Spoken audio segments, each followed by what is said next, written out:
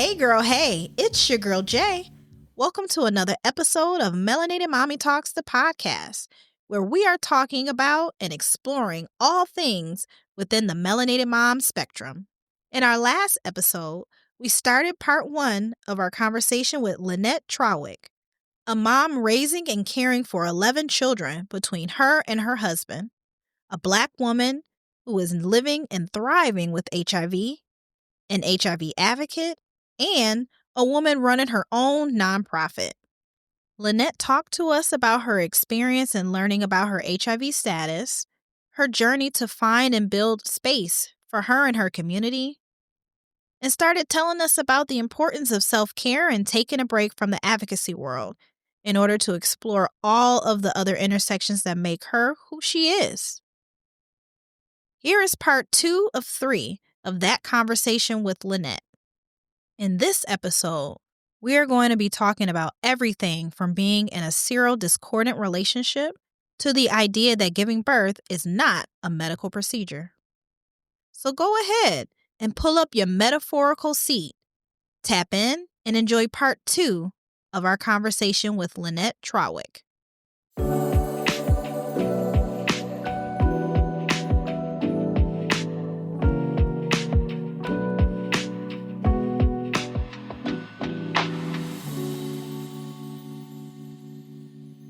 One of the things that stood out to me was the conversation with disjointed serodiscordant couples. Serodiscordant couples. Yes. I'm not asking your husband's status because that's not my business. We're a serodiscordant couple. Okay. Thank you. With that being said, how do you have that conversation with other serodiscordant couples to come forward and feel comfortable being discorded, but also being together? Does that make sense? Yeah. So same thing like we said earlier, transparency. You know, Daniel and I, we talk, like I said, our children are educated around HIV, different things like that. So because we go together as a family, and he's transparent as well, people are open and willing to ask questions. So once we start opening up, they're like, oh, well, let me talk to you. There has not been one space that we've been in and we shared our story that someone did not come up to us and say, thank you for sharing. Let me tell you about myself. Yeah. Or let me share this experience of a friend or a family member. Thank you for sharing your experience because it helped me understand them more. Yeah. So it just all goes back to that transparency and vulnerability. Yeah. Yeah. And again, I think that also comes back to your kids, right? So I'm a huge component or advocate rather.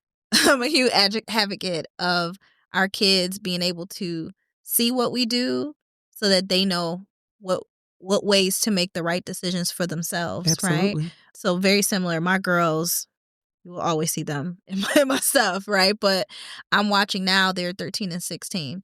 I'm watching them grow up and have their own opinions and be very aware, even having conversations with their other friends about these same kind of topics, right? They're teenagers. They're talking about sex. They're talking about choices, boyfriends, girlfriends, all of those things, and life different, ain't it? It is. 13 age life. That's some kind of life. We took that breath together. But one of the things my one of my daughters told me is she's very open. Like she'll have these conversations with her friends, and they'll be like, "There's no way I can have this conversation with my mom. Yeah. There's no way that my mom will listen to me." And for them, this is normalized, right? So they're like, "You can't talk to your mom about sex. You can't talk to your mom about your body. You can't talk. Why can't you talk to him?" So how do we encourage more parents to have these kind of fluid conversations, not just in the space of I want you not to do this, right? I don't want it to be a punitive conversation, but to be a collaborative space where you can share that vulnerability, you can share the actual education behind it, right? But you're also hearing them, not to respond, but to actually listen. I think that starts with being okay with knowing that you made mistakes in your life. Yeah. And being okay with sharing some of those mistakes with your children. I've always been open with my children about different experiences. Of course, different levels, different ages and things like that. Each one of my children got different versions of me. Mm-hmm. As I grew, I learned. Yeah. I made mistakes with each one of them, and I learned from those mistakes, but then I made different mistakes with the next one.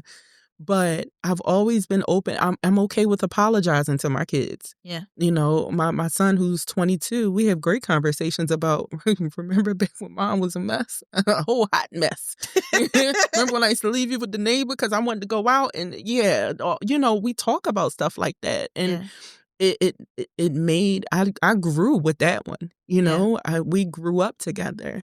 And I just feel like like I said, we just have to be okay with telling our children that we made mistakes, sharing those mistakes with them.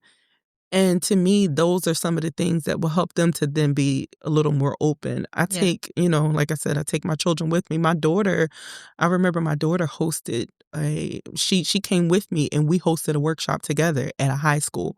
Because it's one thing for me to share my experiences with a high school student, but then it's another thing for my high school age student, to share her experiences of living with a mom who's living with HIV. That's deep. That's deep. So how was that for you? Like hearing it from her mouth of saying, this is what it's like for me to experience my mother's diagnosis from my lens. It brings me a lot of joy. Okay. A lot of joy, actually, because she's so open with it because I've been open with it. Mm-hmm. So ever since they were old enough to kind of sort of understand why mommy's taking medicine every day, mm-hmm. HIV is a normal conversation in our house, Yeah, my mom has HIV. She takes medication every day. She's healthy. That's it. Whatever. You have any questions? Ask. Yeah. I remember my son sharing with me once. I think I asked him, he may have been in, I don't know, 6th, 7th, 8th, or somewhere in middle school. And I asked him, has anybody ever said anything to you about your mom, living with HIV? He was like, no. I said, like, none of your friends or anything? Because I'm very, very public with my status. I post a lot on social media.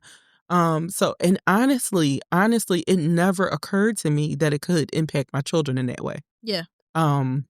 It was just me doing what I'm supposed to do. I just have to share because this is my story. And I never thought about how it could potentially impact my children until somebody asked me one day. So I asked him and he said, no, all my friends love you. They all call you mom anyway. Yeah. They follow you on social media. So, if they have any questions, all they're going to do is ask me. And if I don't know, they're just going to ask you and just whatever.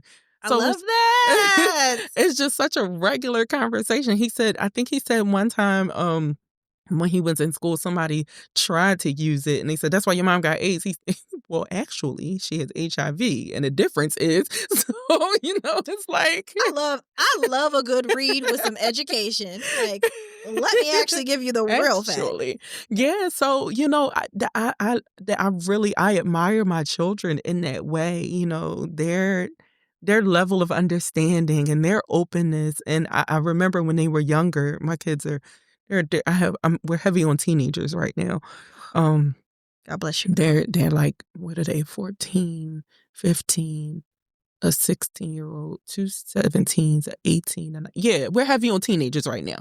So when they were all little, like 10, 11 and under, so we used to do these videos called Medication Motivation. It's still up on Instagram. It's an Instagram page, Medication Motivation. Okay. And they're my little babies. There's some from like last year too. But we used to do a video every single day, and that started just for accountability for myself. So I said, you know what? I'm going to post this video every day of me taking my medicine. So they knew my alarm would go off. You would see my kids scatter because they would be fighting.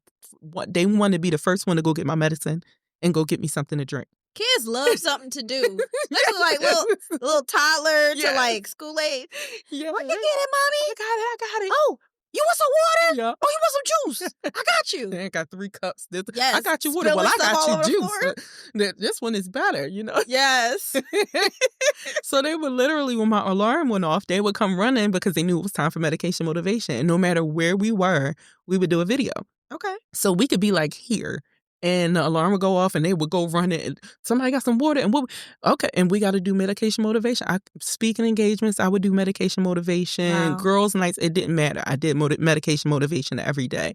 And my children were always a part of it. I love going back and looking at those videos when they were small. That's so beautiful. So, and then my youngest, he used to like feeling, so I take different supplements and vitamins and things like that as well. And I put my HIV medication in with it. So he used to like every Sunday sit and fill up the pill case for the week. And sort of the Monday, Tuesday, Wednesday, and the morning, afternoon, he would sort everything out for me every single week. And that was just our thing. So it's just a normal conversation in our house, you know, and you can start getting tested, I believe, at like 13 or 14. Yeah. And so that was something else that we started normalizing. You know, when our kids, we would be at speaking engagements. Okay, this one's 13. Come on, son, let's go get tested. I'm not having sex. That's okay. You can go, you know, start. Right. You always know your status. Yeah, you know your status. And it normalized him getting it done every single year. So that way, once you are sexually active, it's not a weird thing for you to go get tested. Yeah. It's not a weird conversation for you to have to say, hey, boo, before we go do this, I know somewhere we can go get tested. Yeah. Matter of fact, my mom probably got some home tests up underneath the thing. Before we do what we do, mom probably got Shout a box out of to such and Mom such. with the Listen, supplies. they know, okay? Yeah. They know. Mom probably got a box of condoms up in the you want, which ones you want? You want the insertive condoms? You want the female condoms? You want regular ones? Want the ribbed? You want the big ones or the little ones? But like, what you want? The lube? What you need? Because you know, and that's, you know, and it's not, to me, that's not forced. You know, it's not. Some parents don't like to do that because they're like, I don't want to put the thought into my kids' heads. No. Trust me. The thought is going to be there, especially these days. If they're on social media, even if you think, first of all, I don't think there's a kid that's not on social media. I hear a lot of parents say, my kid ain't on Instagram. I hear you. But I hear you. But if their friend is on Instagram and their friend got a phone, more than likely they own it too. Yep. Because I've seen my children log in on their friends' phones when I told them they weren't allowed to have. And then they got 6, 7, 8 accounts. I tried to shut down 5 of them. Oh, yeah. Still 2 of them. So they got spam accounts and a dummy account and a ghost account. I'm like, yeah, you're accounting for all these accounts? My son had a fit one day, little sidebar. My son had a fit because he posted something and a friend of his commented and said, yo, bro, you put this on the wrong account. Like, so now you just let my mom know I got a whole nother account on it. But yeah, so anyway. Anywho. So yes, just being open to, you know, doing all of that. Matter of fact, my girls last year for Women and Girls HIV and AIDS Day, they did, we recorded a TikTok, and at the time it was a trend. It was, I'm a such and such. Of course I do such and such. You remember that? Yeah. So we did a video like that. So they went, you know, it was different things. They were like, my mom's an HIV advocate. Of course we have a box of condoms just sitting out in the living room. My mom's an HIV advocate. Of course I can go to her and talk about why my boobs hurt. My mom, you know, so it was different things like that. So it's just normalize that. That's the biggest thing, is normalizing the conversations. Yeah. You know, HIV isn't a taboo topic. Sex isn't a taboo topic. We all have body parts. You know, we're not going to call them cuckoos and ha-has and hoo-hoos. Yep. We're going to call them vaginas and we're going to call them penises. You know, my son still giggles. He's 9. So I'm trying to get him past the giggling part. I'm like, son, say penis. You have a penis. It's okay. No, stop saying that, Mom. I'm like, all right, whatever. Like, but trust me, you have a penis, okay? Right. But just normalizing those conversations, you know? Did you wash your penis well? Did you wash your vagina well? It's like, it's, you know, who can touch, you know, these are private things, you know, no, only the doctor can touch it, but only if mom's in the room with you. Yeah. You know, those different conversations, and that's sex education. Yeah. People tend to think of sex education as, you know, when my child gets to be a teenager and I talk to them about sex. No, it starts with those body parts. It's true. Right? It starts with good touch, bad touch. Yeah. Things like that. What happened at that sleepover? Did the grown person say, this is a secret and don't tell your parents? That's all of that is part of sex education. All of it. It's true. It's true. And so I'm glad you bring that up. The conversation around sexual education for children, when it's appropriate, when it's not appropriate, what is appropriate. How do you have those conversations with other parents who feel that you're encouraging your kid instead of educating them? Pretty much just like how I did with you. Well, damn. Okay. Like, seriously, that's Like this. That's just like that. Like, you think your child ain't thinking about sex. Yeah. You know, but more than likely they are, because the world is so overly saturated with sex at this point. If they're listening to music, they're hearing sex. If they're watching anything, even some of these cartoons, A lot of these cartoons. Me and my husband and the 9-year-old, we'll sit and watch a Disney movie and they'll say something and I'll look inside eye him. And I'm like, don't laugh, because he gonna know that that's, but then I'm looking at him and he like, oh, so what they were saying. Yeah. So, they're thinking about it. Yeah. And if somebody says a word in a movie, they want to know what it is. And all you got to do is ask Siri, and hope you got the right parental blocks on stuff, because even that doesn't always do the trick, which I learned from my daughter, who'll be 18. And when I took her phone one time and I had all the parental blocks, and I found out how she was getting around all of it. So nothing is safe. Nothing is safe. You have to. You have to have the conversations. You have to have the conversations. Yeah. Even when it comes to like music and things like that. I don't listen to a lot of the mainstream things, but my kids do. Yeah. I don't know what half of it. I don't know. Somebody asked me about, don't you know such and such? No. But I know they probably saying something that I probably wouldn't approve of. Right. So we're going to have these conversations. Yeah. Yeah. And kudos to you, because I think that's hard. Like, to, I guess, go against the grain, if you will, of being like, you're not going to look for it yourself. You're going to get it here at home. Yeah. And I think with other parents, like, also being able to be that expressive and like with IMU, like you were saying, having the space where you're talking to families who are dealing with someone who, is living with HIV. Like, those family dynamics, that's incredibly important. Absolutely. Like you were saying it at the beginning of when you first were diagnosed, you're asking, did the kids get it from me using the bathroom or using this dish, or did they get it from drinking after me? These things are so literally from the very beginning, like early 80s, right? And we have 30 plus years of information that are telling us none of those things are going to transmit HIV, right? Yeah, but also giving space to the fact that you can hear it all day, but until you experience it, it's something completely different. It's true. You have U equals U, undetectable equals untransmittable. Yep. Such a crazy concept. So it's saying that if a person who's living with HIV reaches an undetectable viral load, it's a 0% chance that they can transmit HIV to someone else through sex. Yeah. But if you can't internalize it, like some people, it's like, it doesn't make sense to me. Like, what do you mean? Yeah. But it's exactly how my husband has stayed HIV negative for the 11 years we've been together. God. So it's you equals you. So it's being able to share those stories. Yeah. Because without that evidence, people are not going to, that they'll hear that stuff and it's in one ear and out of the other. Yeah. But if I can share my experience with you and tell you U equals U works because look, it's working for us, then it's like, oh, okay. Yeah. I'm actually glad you brought that up.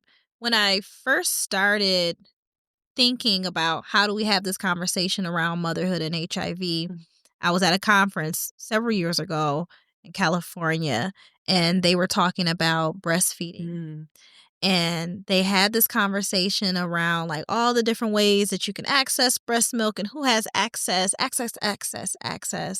But they got to a point where they were talking about who qualifies to receive human milk donation or, who can qualify for it. And one of the contraindicated people were people living with HIV. And I was like, okay, that's weird. I have a question. If you're telling people who are living with HIV that they cannot breastfeed because you're concerned about transmission, which I understand, and we know that HIV is transmitted through breast milk. However, if they are U equals U, Mm-hmm. why don't we have the science behind it Mm-hmm. to prove that they can either A, breastfeed Mm-hmm. their own child, or B, be able to be a recipient of donated breast milk? Mm-hmm. Why are you telling them that they don't have any other option? Yeah. Well, Yeah. They just didn't take the time to do it. they But, they they literally told me mm-hmm. it's not a priority right now. Exactly. Exactly. They didn't take the time to do it because the research was done in other countries. Oh yeah, You know, it's shown in other countries, but right. it just wasn't a priority here. And I feel like for that, it changes the way that we are able to really educate people, and it keeps them in the dark Mhm. thinking those very outdated, antiquated thoughts around what HIV status really is, you Absolutely, know? absolutely. I know on one of my I'm trying to remember on my recent medication bottles if it still says it, but in the past, it would say in big bold letters, "If you are taking this medication, do not breastfeed." Mhm. You know? So it's like, it's stigma everywhere. It's like, Right. so now even if I had the thought to breastfeed, this medication says don't, so I better not. Yeah. You know? So my 9-year-old, my 17-year-old, I had a midwife with my 17-year-old. Mhm. Beautiful experience. With my 9-year-old, I wanted the same experience. However, when I went to go and try to obtain a midwife, do some interviews and things like that, they told me that I was not eligible for a midwife because I was considered high High risk. risk because of my HIV status. Mm. But I'm not high risk. I Right. don't I don't understand. It's just HIV. I'm taking my medicine. I'm undetectable. Yeah. I'm not high risk. They would not allow me that. And then breastfeeding wasn't even a thought, Yeah. because it was just, okay, so what formula are we using? But then I had to deal with after I gave birth, that's one of the things that they advocate for is breastfeeding. So I'm looking at all these signs all over the place. Breast is best, Mhm. all of these things. And then after I had them, the nurses are coming in. Oh, are you breastfeeding? Are you breastfeeding? And I'm like, no. Oh, are you? No, I can't. And to the point, and they kept asking, and I remember feeling so sad because I couldn't breastfeed my child. And this is something that I've done. I breastfed my other children. Yeah. Now here's this one that I can't breastfeed. And I remember my husband had to go out in the hallway and talk to the nurses like, please don't ask her that again. You should see in her chart that it says HIV and she can't breastfeed. And then years later, now women are able to breastfeed. So at times I still get sad, Yeah. like I wish I would have been able to push against what was being told to me Yeah. and go ahead and breastfeed. But I'm also really excited for, the new developments for breastfeeding. I have some really close friends who have breastfed as well, Mhm. successfully. Their children are now 3. I think one of them is 3 years old now, Yeah. and, it's just a beautiful thing. But like I said, it also saddens me that I wasn't able to have the experience just because the technology just wasn't, the research just wasn't done. It just Yeah. wasn't a priority. Well, I think, yes, it definitely was. It wasn't on a lot of people's priorities in terms of whoever the powers that be. Hmm. But I think it goes to policies, Hmm. right? Absolutely. So, getting into the advocacy conversation is really understanding how certain policies and advocacy efforts will either include or exclude people, sometimes intentionally, sometimes not. Yeah. But when it comes to breastfeeding and criminalization, or not even just breastfeeding, but HIV and criminalization, knowing that breastfeeding is one of those spaces Yeah. that was constantly being used against, women living with HIV who were parenting, Mhm. right? So to see organizations like the Well Project, Yeah. right, that's doing that work to really bring more light to the policies that are excluding the information that we do have, like U equals U, Yes. and understanding like here is where the evidence base should lie, Yeah. and then putting that pressure on our political figures and our clinicians to actually take the time Yeah. to do it. We have 30 plus years of information about this disease. Mhm. So if we know that breast is best, like you're saying, help me understand, how do I give the best to my baby? How Absolutely. do I feel like I can be a whole mom to them and give them the experience that is very important to me and for them to grow up? Yeah. but also validate my information. Yeah. Validate my experience. See me as a whole person, Yeah. not just as the pieces of who you think I should be or how you think I should be. Yeah. Right? Yeah. I Yeah. think about just that conversation was just so matter of fact. Yeah. Oh yeah, you have HIV, so you can't breastfeed. So anyway, next topic. Yeah. Yeah. There was no space given to my emotions at all. So even if it would have still been the same conclusion and I couldn't breastfeed, at least I could have had some kind of space to process something. It was just, no. Then, you got HIV. No. So anyway, let's move on. Did you take your medicine? You know who I would think would be a really good person to add to that conversation is a lactation consultant. Yeah. To really get them in on this and really ask, how do you navigate these spaces with advocating for breastfeeding, knowing that people are being excluded from the conversation based on diagnosis? That's actually a future goal of mine, is to be a lactation, a lactation consultant, a breastfeeding doula. Okay. So I'm currently a birth doula. Yes. And that was actually a conversation that I brought up in my class was, I'm hearing a lot of things that you're saying. Does any of this differ when dealing with a mom living with HIV? And she was like, I don't know. I never had a mom living with HIV. And it was like, yeah, that may be something you need to look into, because you're teaching us, and we need to know this information. Yeah. If things kind of differ. And I think one of the big things that we were talking about was, as an advocate and as a birth doula and as a woman living with HIV, I want people to understand, just in general, I want people to understand that giving birth is not a medical procedure. Yes, it is an experience. Right, exactly. This is not a medical situation. Yeah. We don't need to be in the hospital hooked up to tubes and wires and all of those kind of things. So my question to my trainer when going through the doula services is like, okay, so where's the information as far as when we go to the doctor and we're ready to deliver? Actually, when I was told, my son is 9, so I don't really know how much things have changed since then. But when I was pregnant with my son, they told me the second that I went into labor. So as soon as my contraction started, or if my water broke, I had to go to the hospital, get hooked up to the IV to start receiving HIV medication. So because the barrier is broken. Right. So now let's go ahead and get that medication in so we can make sure, we have everything taken care of. You took whatever you took through mouth, and we'll also do it by IV. So when he gives, when you give birth, we can decrease the chances as much as possible. Cool. That was normalized in my head. Yeah. But now hearing this information, going through birth doula classes, okay, we're trying to do this whole natural experience, not hooking them up to any type of medication. How do the two of those go together? Yeah. She's like, I don't know. So I'm like, yeah, we need to know that, because that's the population that I'll be serving. Yeah, is moms living with HIV. Yeah, Want a doula.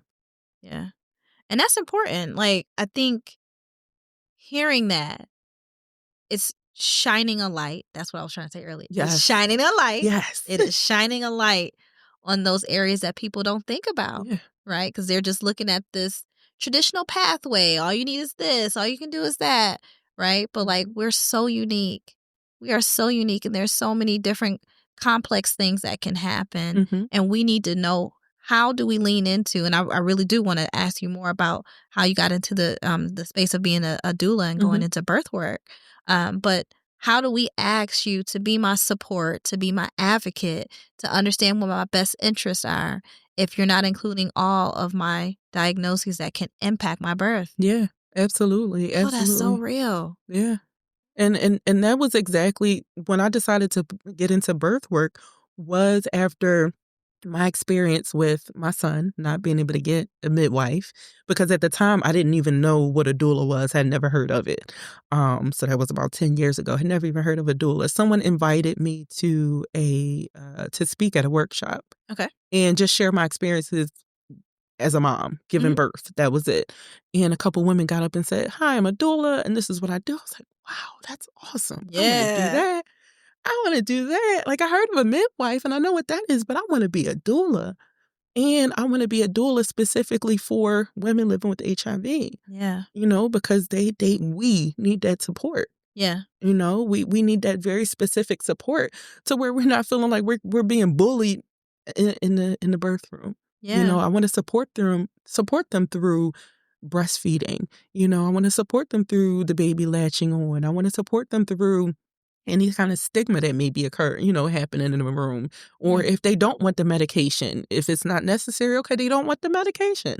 You know, are they undetectable? Okay, cool. Then they don't need the IV. They want to Yeah. be able to walk around. I want to help them advocate for all of those things. So that's what made me get into birth work. I love that. I love that.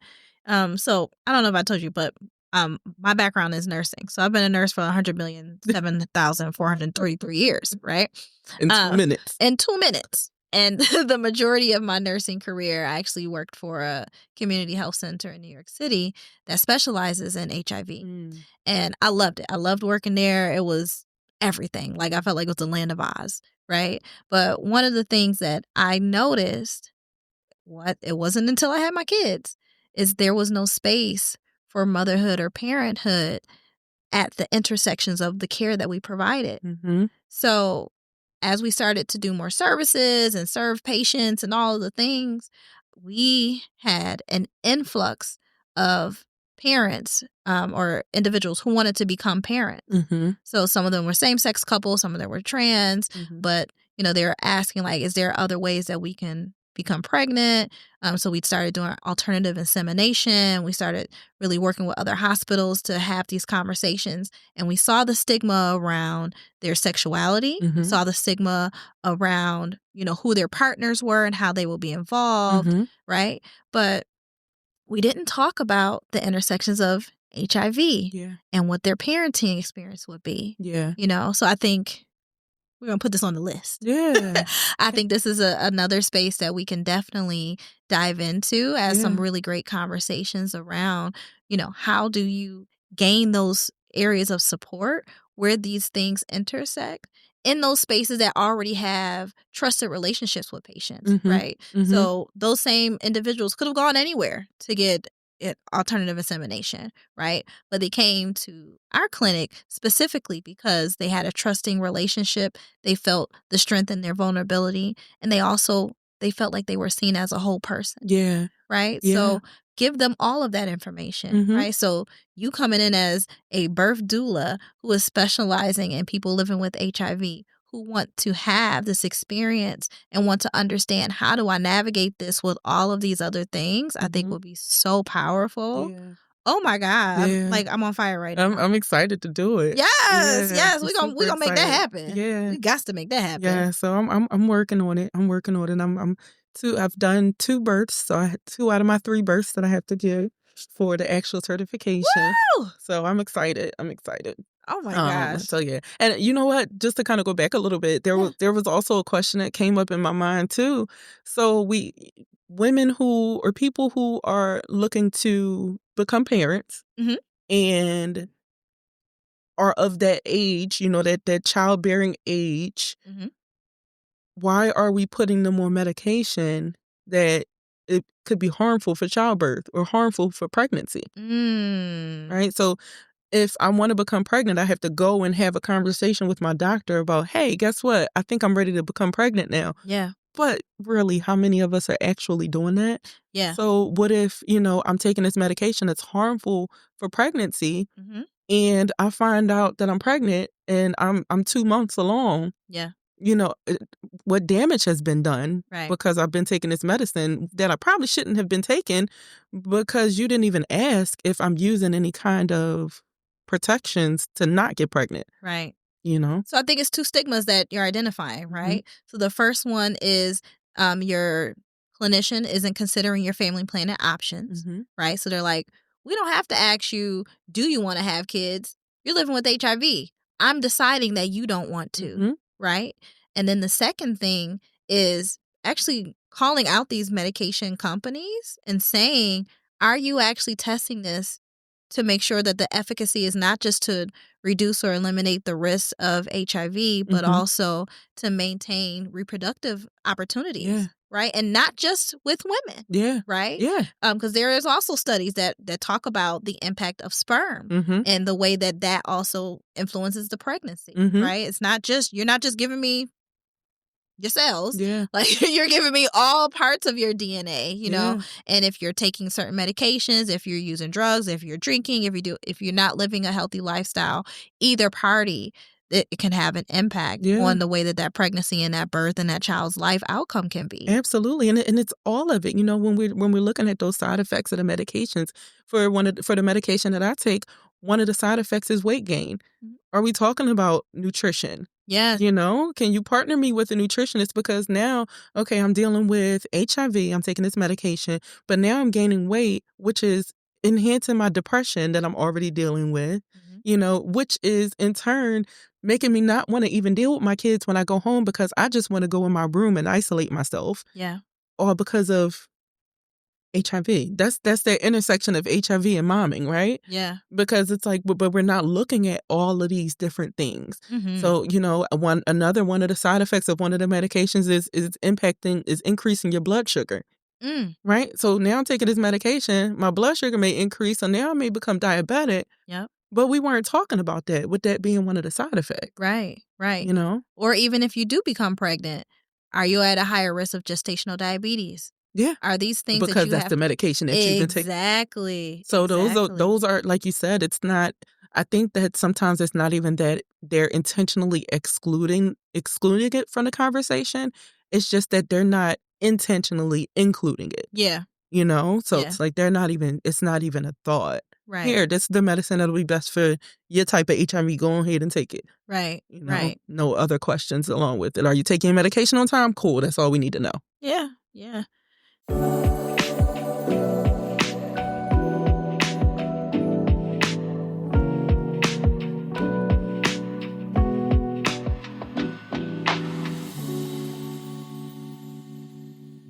I'm so glad we were able to talk about undetectable care and resources for people living with HIV and the value of good partnership.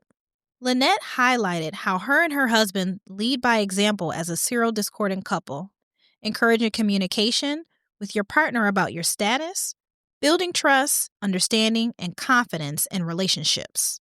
I think these are great foundational concepts for every relationship. Make sure you tap in for part 3, our final part of this conversation, where we talk about self-care, submission, and stigma. Melanated Mommy Talks the podcast is your place for authentic and raw conversations about what it means to be a melanated mom. So make sure to subscribe on all of the platforms where you listen to your favorite podcasts. Make sure to like and share. And if you want to continue seeing our podcast grow, make sure to become a paid subscriber for exclusive bonus content or become a donating listening supporter.